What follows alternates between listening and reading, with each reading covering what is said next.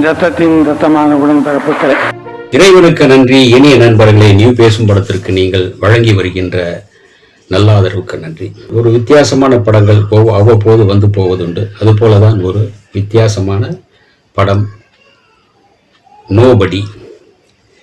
இது பிருத்திவிராஜ் நடிச்சிருக்கார். பெரும்பாலும் மலையாளத்தில் பிருத்திவிராஜ் பண்ற படங்கள் எல்லாமே ஒரு மாறுபட்ட கதாபாத்திரங்களாக தான் இருக்கும். அவர் பண்ணுகின்ற கதாபாத்திரம் ஒரு காம்ப்ரமைஸ் இல்லாமல் ஒரு நல்ல அழகா ஒரு நல்ல தேர்ந்தெடுத்த கதாபாத்திரங்களை செய்வார். அதே போலதான் இந்த படமும் ஒரு சிறப்பான கதாபாத்திரம் என்பதை விட அதுக்கு அந்த கதாபாத்திரத்துக்குள்ள நிறைய விஷயங்களோடு தான் இந்த பண்ணியிருக்காரு. மலையாளத்தில் வந்த இந்த படம் இப்போ தமிழில் வந்திருக்கு. ஒரு வேலைக்கு போகின்ற கணவன் மனைவி பிருத்திவிராஜ், பார்வதி திருவோத், இவங்க தான் ரெண்டு பேருமே. அவங்க மீரா, ராஜுவன் அப்படிங்கிற கதாபாத்திரத்தில் ரெண்டு பேரும் வர்றாங்க. அவங்களுக்கு ரெண்டு பெண் குழந்தைகள், அழகான பெண் குழந்தைகள். ஒன்று அம்மாவுடைய சொல்லுக்கு கட்டுப்பட்ட பெண் குழந்தை, இன்னொன்று அப்பாவுடைய பாசம்.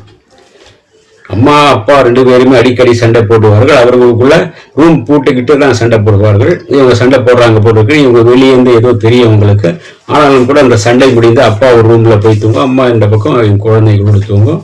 அப்போ சின்ன பொண்ணு மட்டும் அம்மா எனக்கு ஒரு பாத்ரூம் போயிட்டு வரேன்னு போய் சொல்லிட்டு அவங்க அப்பா ரூமுக்குள்ள போயிட்டு எனக்கு இந்த கதை சொல்லு, முயல் கதை சொல்லு, அந்த கதை சொல்லு அப்படின்னு கேட்கும். அந்த சின்ன பொண்ணு மேல ஒரு ரொம்ப பாசத்தோடு அவர் கதை சொல்லுவார். தன்னுடைய லைஃப்லேயே நடந்த ஒரு கதையை சொல்லிடுவார்.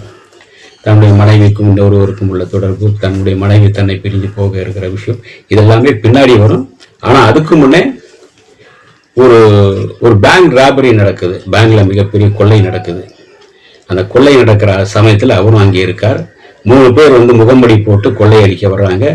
17 கோடி ரூபாய் பணத்தையும் நாங்க இருக்கிற நகை நட்டு எல்லாத்தையும் தூக்கி போட்டுக்கொண்டு வெளியே போகிறார்கள்.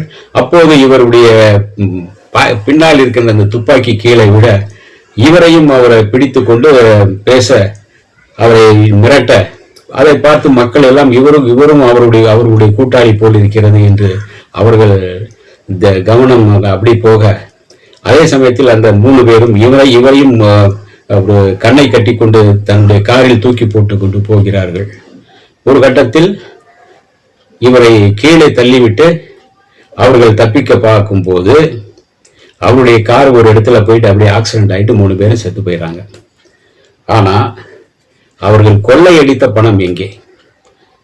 அவங்க 3 பேர் செத்து போயிட்டாங்க. செத்து போன கார்லையும் இல்லை, அவங்க கடத்திட்டு போன கார்லையும் இல்லை, எரிஞ்சு போச்சு. ஆனா பணம் எங்கே? அந்த 17 கோடி ரூபாய் எங்கே? நகை நட்டு எல்லாம் எங்கே? எல்லாம் போலீஸ் இவரை அடிச்சு இவரை போலீஸ் ஹாஸ்பிட்டலில் சேர்த்து அவரை அனுப்பிடுறாங்க.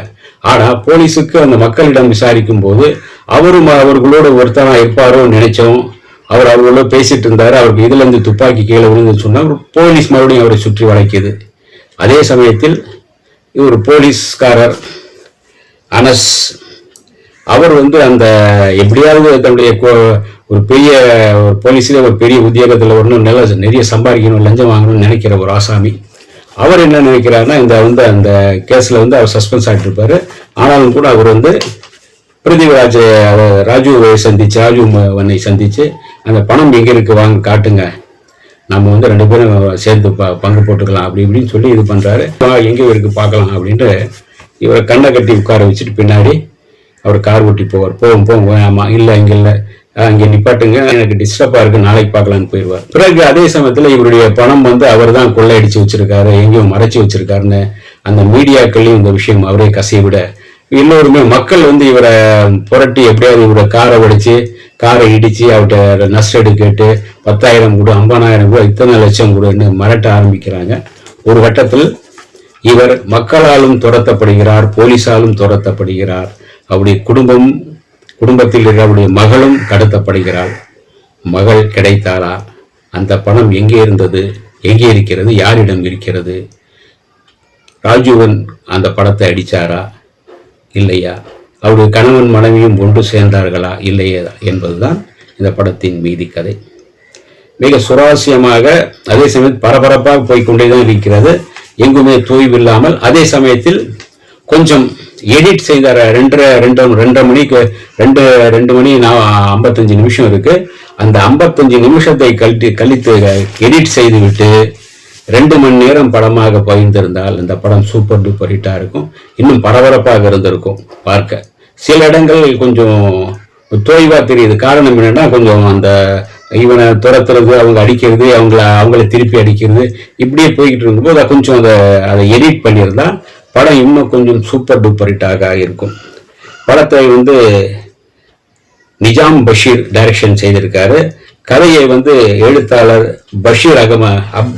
பஷீர் அப்துல் கதை எழுதியிருக்காரு. ஒளிப்பதிவு தினேஷ் புருஷோத்தமன்.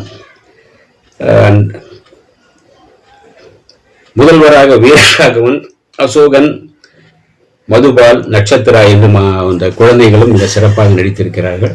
ஒரு பரபரப்பான ஒரு கொள்ளை சம்பவத்தை மிக த்ரில்லாக, அதே சமயத்தில் சஸ்பென்ஸோடு சொல்லியிருக்கின்றார். ஒரு சஸ்பென்ஸான கதை. திரைக்கதையில் அதாவது கொஞ்சம் எடிட்டிங் செய்திருந்தால், கதையில் இன்னும் கொஞ்சம் சுருக்கி இருந்தால், எடிட் பண்ணியிருந்தால், 2 மணி நேரமாக படம் இருந்தால் சூப்பர் டூப்பர் ஹிட்டாக இருக்கும். ஒரு கலக்கி இருக்கும். இந்த வீடியோ உங்களுக்கு பிடிச்சிருந்தா லைக் பண்ணுங்க, ஷேர் பண்ணுங்க, கமெண்ட் பண்ணுங்க, சப்ஸ்கிரைப் பண்ணுங்க, மறக்காம பெல் ஐகானை கிளிக் பண்ணுங்க.